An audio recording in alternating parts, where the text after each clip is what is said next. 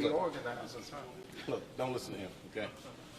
All right. Look, let me thank you all for coming this morning, especially under, really severe conditions in our city of Memphis, Tennessee. And I got my colleagues here representing Hardaway, my leader here, actually out of Nashville, John Ray Clement, and my other colleague over here, Bo Mitchell, came in, and we may hear a little bit from my leader in just a little bit. But I want to start off by thanking my ASLE members. And Mr. President, stay with Mr. Agent, raise your hand there. All right, and all his members up here, and Maurice, and all of Ms. Vita, all of the members here. And this man right here is absolutely, you all may or may not know him. He's one of the original men, a part of the sanitation department in 1968, okay, Mr. Smith, and I wanted him to be here as well. I always like to come and remind people of the struggle that we've had in this country as we continue to have today. And it started with Dr. King giving his last vision of testament in Memphis, his blood in Memphis, to come to, dignify men like this in our country. And we continue to do that today. That's the kind of fight we're fighting today with what is happening in the police department here. And all those that are here, we really thank you all for coming this morning. Now, we also want to give a shout out to certainly our love to the family, Ms. Wells, Tyre Nichols, his children. It's a sad thing that we have to continuously talk about this kind of nonsense in our country, but we have to express continuously our love for them and just how well her influence and the family's influence was last night on the protesters. The protesters protested, and what we're calling for today is the same thing that happened last night, the calm of the protest. You must protest. No ifs, ands, and buts about it. Protest is in order. We have to protest. But they did it in such a dignified way. You can hear the echoes, the chants of, we're going to do it like Mama said. Mama said she wanted what? Peaceful protest, okay? And that's what the young folk did, transition to giving peaceful protest, but at the same time making a point. But also what we want for this family, like we want for all these other families too, we want justice, okay? Now let me emphasize this. Very emphatically, it doesn't matter whether you're a black cop or white cop. We want the same thing when it comes to fair treatment in this community. We want the same thing. Everybody has to be treated properly. We want justice for this family, okay? And also I'm calling for looking deeper into this. It seems like there may be something else behind this. To me, that's my gut. I don't have any facts to another.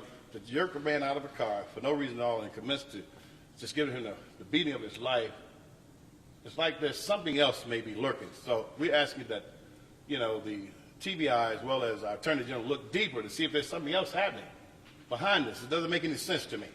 It's just it's kind of weird. There's some personal stuff going on, some gang stuff going on. I'm just tossing stuff out. I don't know, but I know it doesn't look right. Old folk back in the day had an old saying that said, when something smells a little fishy, okay, there may be something else there. There could be. I don't know.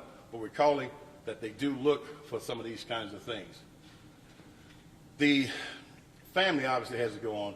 We hadn't gotten with the family, but I'm going to put this out there, and we have to get with the family. The father's been taken away from that family at this particular point. The young child's dad, or if he has two children's father has been taken away.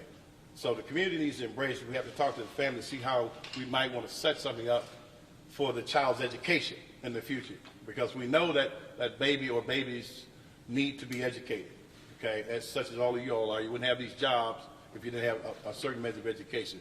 So we need to do that as well. Coupled with, the reason we have my colleagues here, we may have to look at legislation, which we're thinking about looking at some kind of legislation that addresses training statewide, because these things happen, they seem to happen everywhere you got black men in particular. But we need to figure out what kind of training is done, what kind of training needs to be done, and if there needs to be some tweaking or what have you. I don't know yet, but I think the state needs to get involved. Hopefully my colleagues will touch bases on that at some point too, as to what it is that we need to do about the training of this behavior. There seems to be a culture is so rigid that it does not respect people. Even though, and all of us know we need police officers, we need people to protect us. They're in our families, they're our friends, we grew up with them. But it seems as if people forget who the citizens are, need to be treated properly and humanely. Now you're going to have sometimes some tough busters out there, and you got to deal with it, okay? But never should a traffic stop cause you to put on a wooden overcoat a coffin at some point. Okay, never should that happen. Okay, so we need to look at this very seriously and see exactly what it is we're going to try to do policy-wise to maybe change some of that. Now I'm going to stop for a moment and let my colleague get in, Representative Hardaway, Chairman Hardaway, if you don't mind. And this is G.A. Hardaway. Good morning. This is a bittersweet moment. We, of course, are mourning the loss of young Mr. Tyre Nichols. But on the other hand, we can be proud of the way that Memphis rose to the occasion yesterday, last night, and they found a way to do the peaceful protests.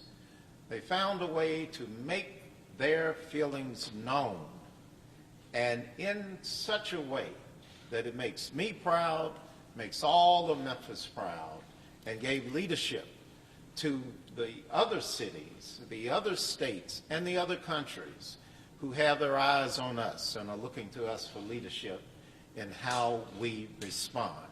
And I'm so proud of our citizens, and I know that the family is proud too, that Memphis, Tennessee honored the memory of young Tyre Nichols with peaceful protests.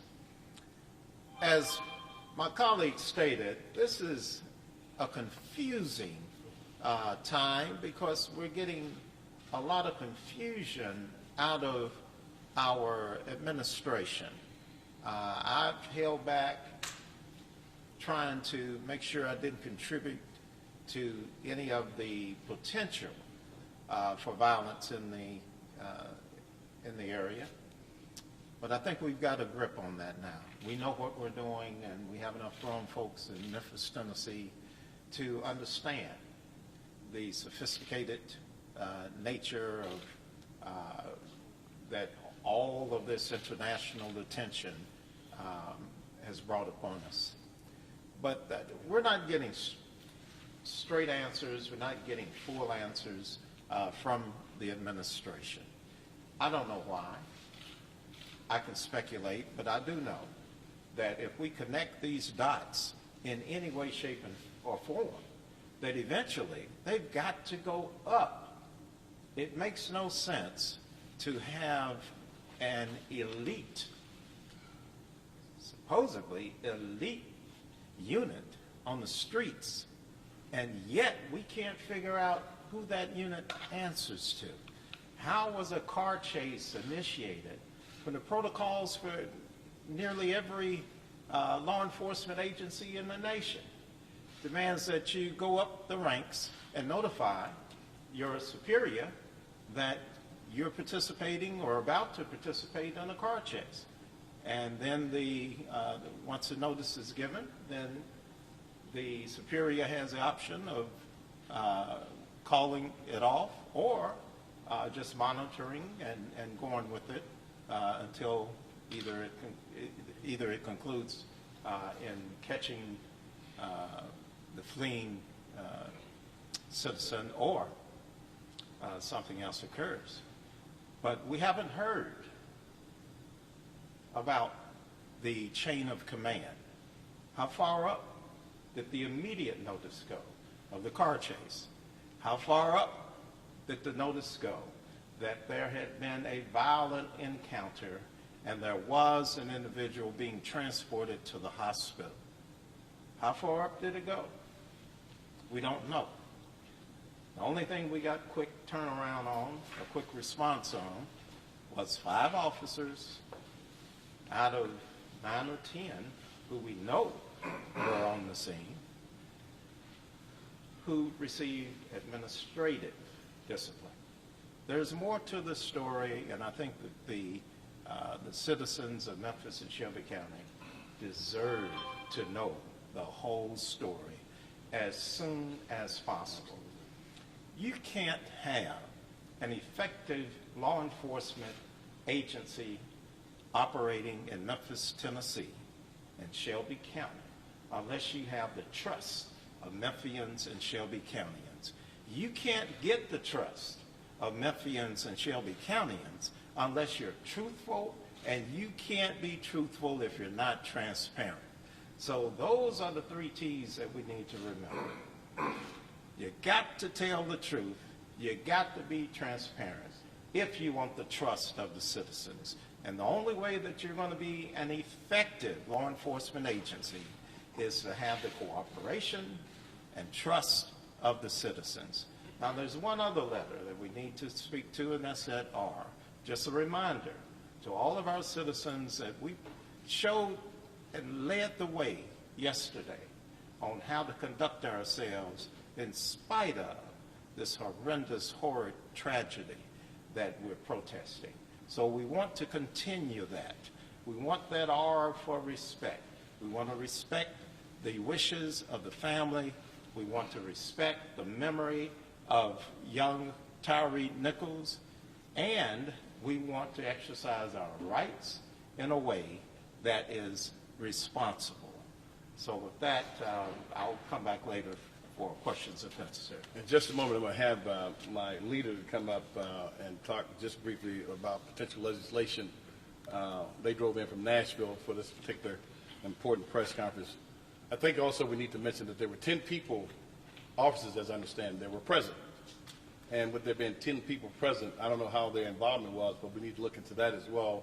But also, there is responsibility when you see your colleague doing wrong, you need to get involved and stop it. Shouldn't be 10 people allowing 5 people to slaughter somebody in front of their face. You couldn't do that with me if I was an officer. You know, no weapon, 140 pounds, wet, okay, already subdued.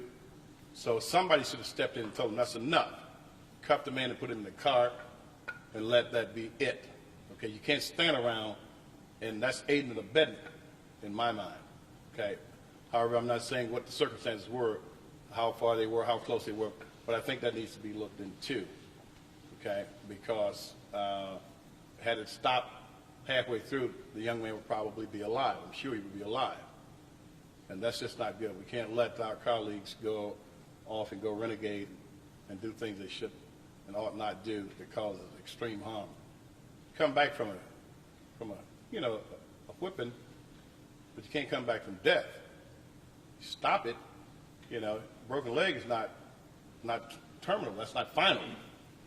Okay, so we want to encourage that their involvement when there are cases like that, they get in and get in quickly. Now, if you don't mind, Chairman, John Ray, just for a hot second. You're coming at my request. Okay. Now, he's one of our leaders because we're going to look at possibly legislation, so I want him to just talk about that being the leader. Introduce yourself, if you don't mind, sir. Thank you, Representative Towns, Representative Hardaway. First of all, let me just say what an honor it is to be in this historic venue with the men and women of AFSCME who literally make this city run. Memphis is the most beautiful city in the state of Tennessee, and unfortunately we're here to mourn the ugliest of tragedies. And so I just want to say, send again, on behalf of everyone, especially the Democratic Caucus, that we send our hearts and our prayers from across the entire state of Tennessee, as well as the nation, to lift up the family of Mr. Tyre Nichols.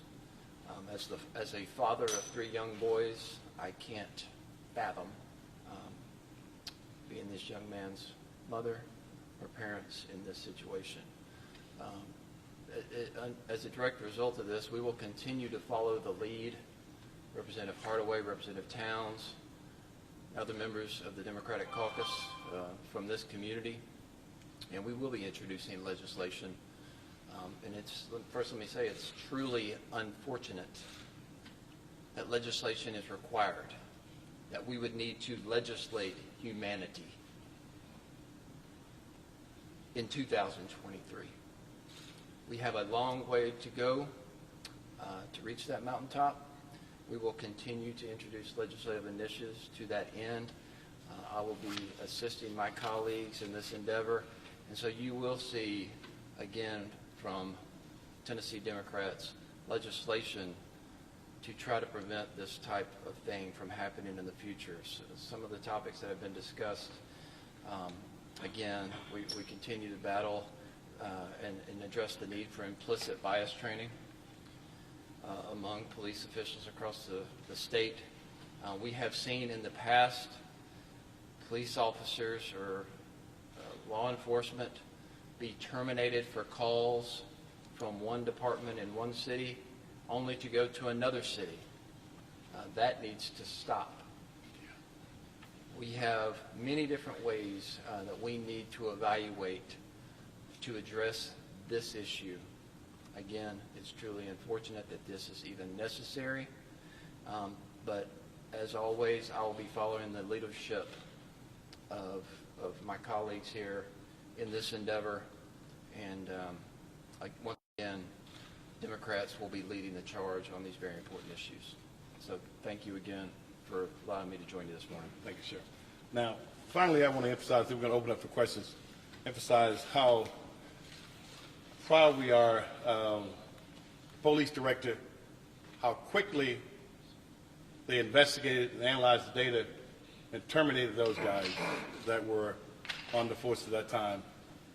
Right after that, just how quickly the Attorney General's office responded with the indictments.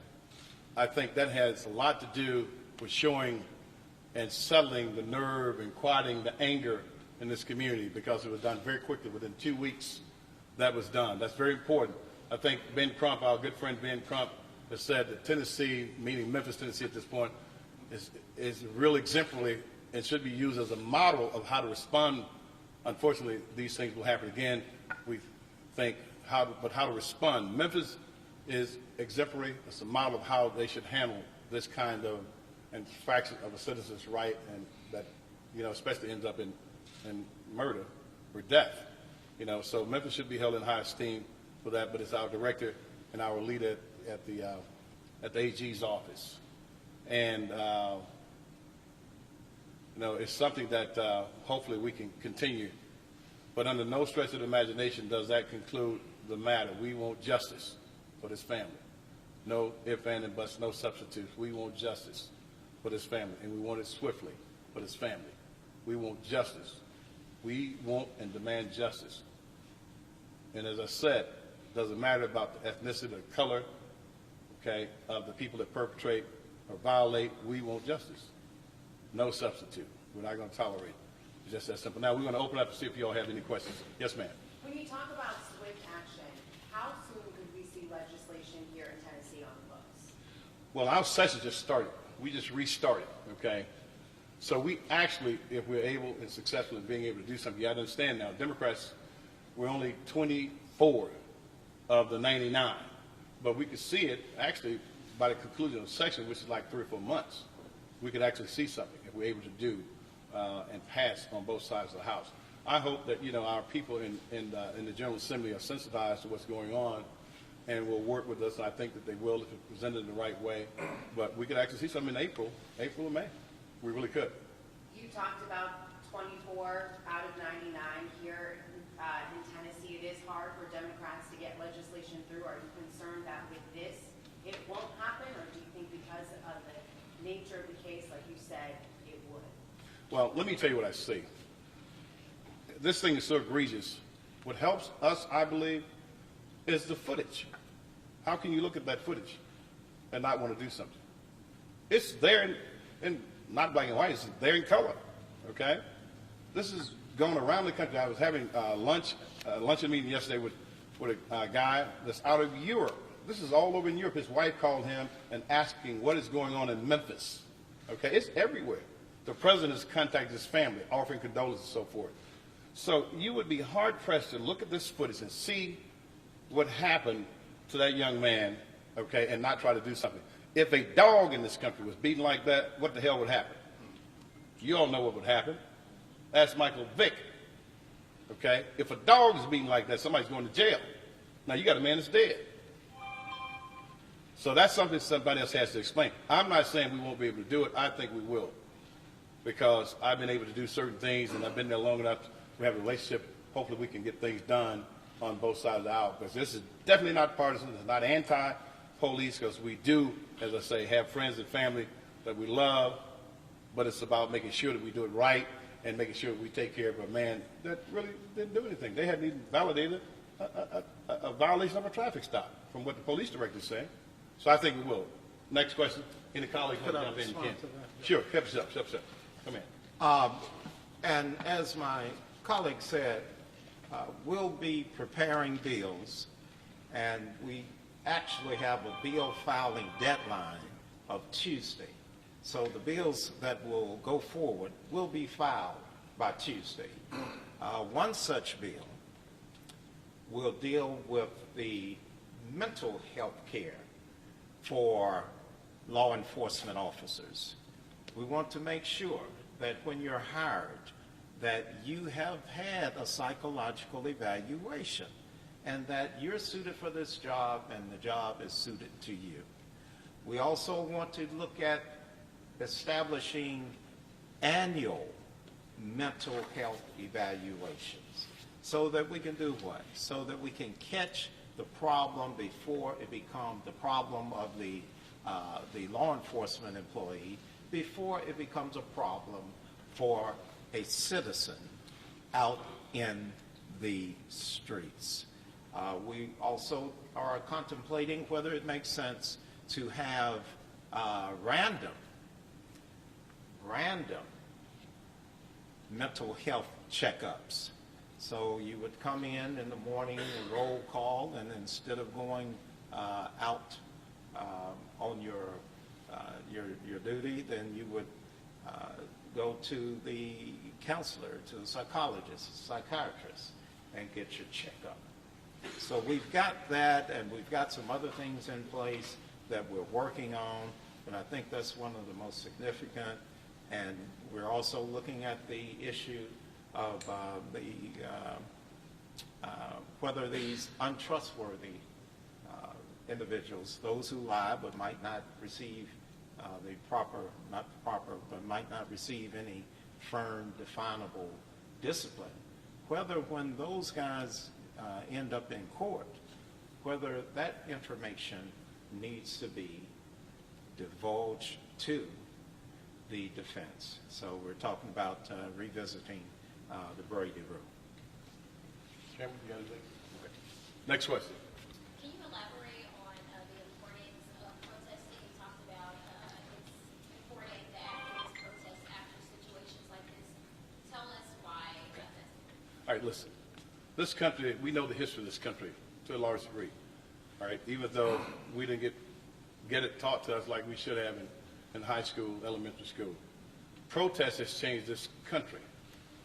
This building here, this union here, a large part of what made it a significant union around the world is because Dr. King and the members like this gentleman right here had to get out and protest for the rights.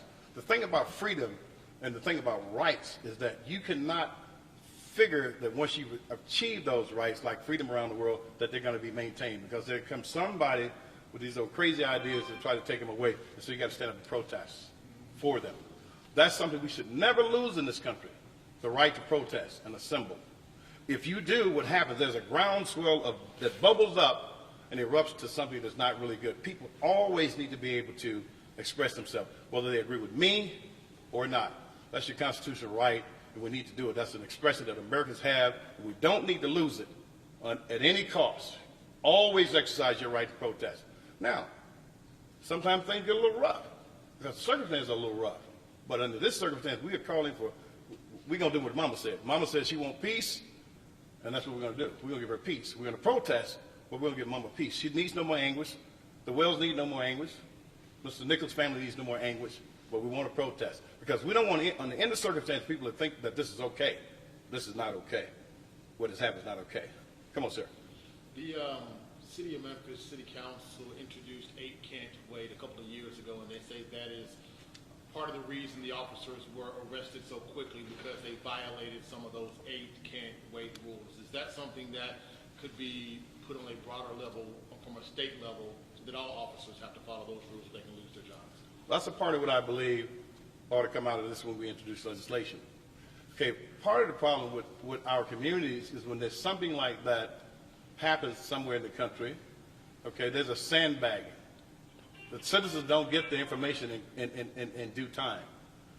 the tape gets lost. The tape is modified.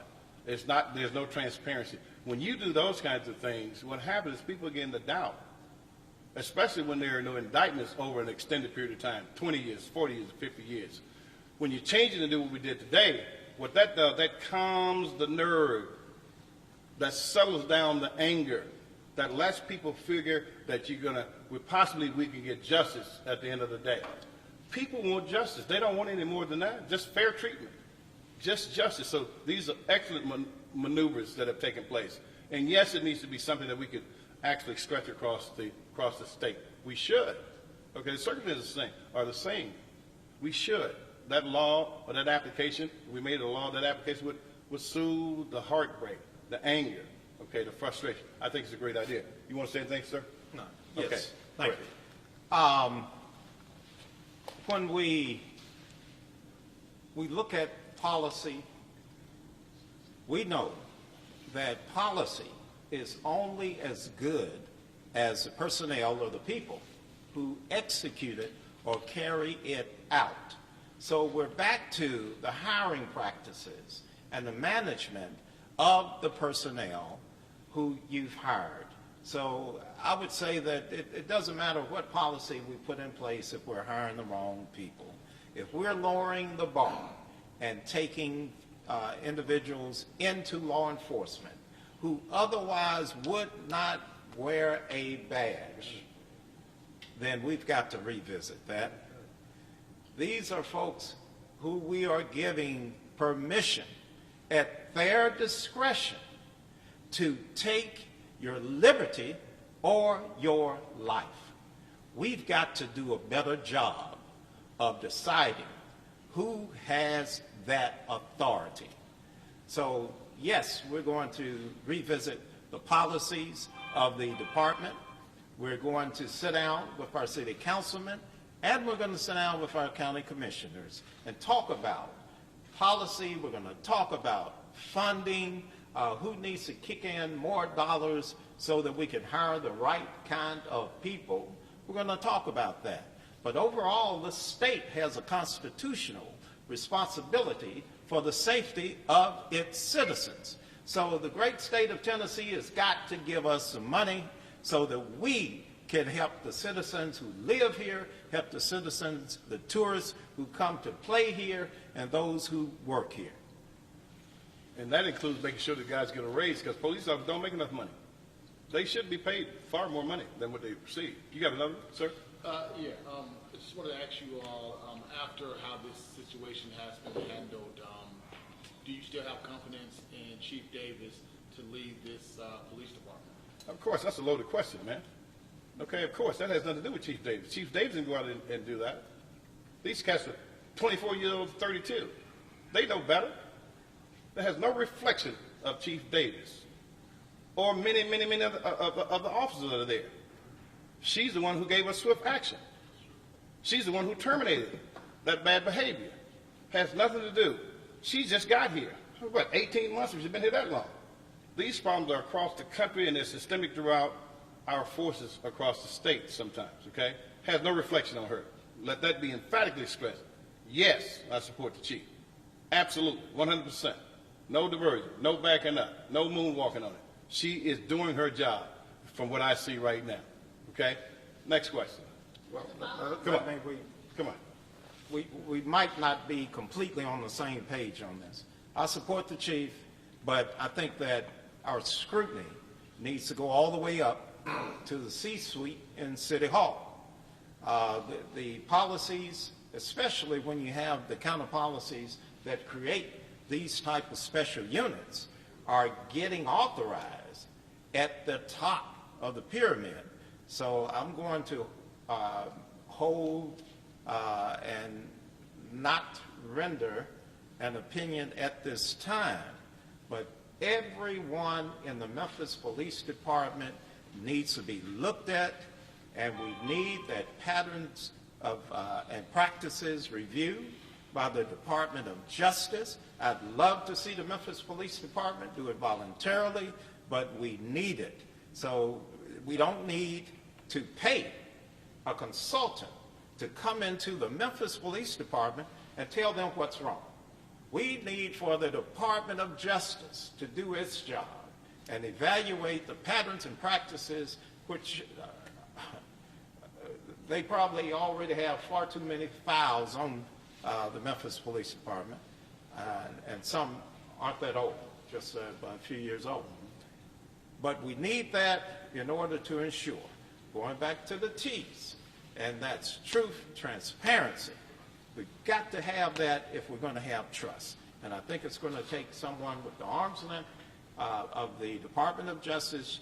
You can't pay a consultant to come in and tell you everything that's wrong with your company.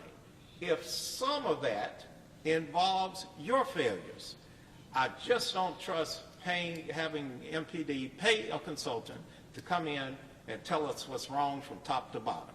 I don't think we're going to get a clear and honest story on that. I want the Department of Justice to come in and do patterns and practices review of the Memphis Police Department. Yes, ma'am. Just a follow-up question to that. We heard your message to the family. What's your message to those 5 officers that are now bonded out at home, other officers that are under investigation, EMT officials, and just officers around the world, as you say, who have their eyes on the city of Memphis right now? Well, I mean, you have empathy for anybody even when they run afoul of the law. Even though those people we think are running afoul of the law, you still have compassion. I have compassion for human beings. You know, at this point, what we have to do is let the system work, and we pray for them like we do the other families. Okay, it's a heartbreaking situation. There's no pleasure in any of this at all. There's losers on all sides. It's sad, but what really breaks my heart is the fact they were so young, and they know that those are the kinds of things that other young African American men experience in the community. Okay, but still, there again, you know, if that was my friend or my cousin or my brother, this and another, I have the same concern for that particular human being, even though they've done something bad. Okay, that's what you call being a human being, you know. So we have to pray for them too. It's not one-sided. It's not unilateral. Next question. Yes, sir. You mentioned more questions than answers earlier about the unity, about the circumstances of how this happened, things like that. When are you expecting to get those answers? Well, let's restate it. Let me make sure I understand you. Say it again, please. You mentioned questions about the unity, about the circumstances of how this happened. Right. You mentioned pushing for those answers. I know it may take a little bit of time. When are you expecting to hear things? Well, these things, first thing I would have to do is the things that I have suggested here, we make sure that Steve Morrow, the Attorney General, gets those things. And, you know, obviously we can't dictate to them. You want it to be thorough and let it run the process. I wouldn't put a time limit on their office. But he knows as they expedite this particular deal, they'll do it in a respectful manner. They got to analyze it. That's not my job to go in and research, but I have to pose and ask them to look into these kinds of things. There could be something there. There may not be anything there. I don't know. It just sounds fishy and kind of peculiar. It's just something that does not sit right in the good old gut, you know. So if they can figure it out, they give us some feedback on it. Hey, sometime reasonably, and I'm sure he will. It's not like he doesn't have enough on his plate right now. But I can't put a time frame on it. But you know, I'm not talking about a year. You know, 6 months, nothing like that. Okay, I'm sorry. Next question. I thought I saw another hand. Yes, sir. A lot of these instances start traffic stops. In your opinion, should police be involved in making traffic stops still in Tennessee? Well, look, that question has come up. I think the time could be better utilized. We have about 600, I think, 50 people, cops, officers short, okay? And there's real crime going on in our city, like there is in other cities. If that could be relooked at and we have those traffic cops to deal with those particular kinds of things, and our officers are able to deal with the more urgent, more serious things, that may help. We still got to get the complement up. We still got to get that 650 or 500, whatever it is, up. But I think it would be better, and they're trained different. I think it would be better use of their time. You know, there again, I would be open to see what, you know, the chief and the union and all those people say about it. But still, I'd rather see them out policing, dealing with gangs, and dealing with drugs, and dealing with, you know, homicides, and dealing with, you know, domestic violence, that kind of stuff. I really would rather see that. That's just personally off the cuff without analyzing, you know. I think it'd be better use of their time, you know. Come on. And I agree with my colleague, and we're actually working on legislation which will refocus our energies from merely dealing with de-escalation techniques and move us into non-escalation techniques. Some of that will be about how you talk, how you posture when you're interacting in the field. Critical part of that is just what Chairman Towns talked about, and that's whether we need to make all of these traffic stops that we're making. So we need to collect data, analyze it, and make a decision on whether the chances of violence and thus the chances of injury or death to both the citizen and to our law enforcement officers, whether that's justified for the effectiveness of these random stops. And when we do the stops, do we have to take folks to jail for non-violent offenses? I would suggest to you, no. And the arrest procedure is another point where we seem to have violent encounters between the citizens and the law enforcement in the field. So I'm with my colleague on that. We've got to move ahead and take that next step and advance the discussion past de-escalation into non-escalation techniques. If you don't get to the escalation point, ain't nothing to de-escalate. Many of the traffic stops should result in just a ticket, if anything. I mean, you don't want your high-paid officers to say we got them a raise out being responsible for tickets. That's like a tariff, raising taxes with ticket. And some of these municipalities, they do it when you drive through there. You don't want that. Their time could be better utilized, I think, and more effective for us as citizens when you got real problems in our community. Next question.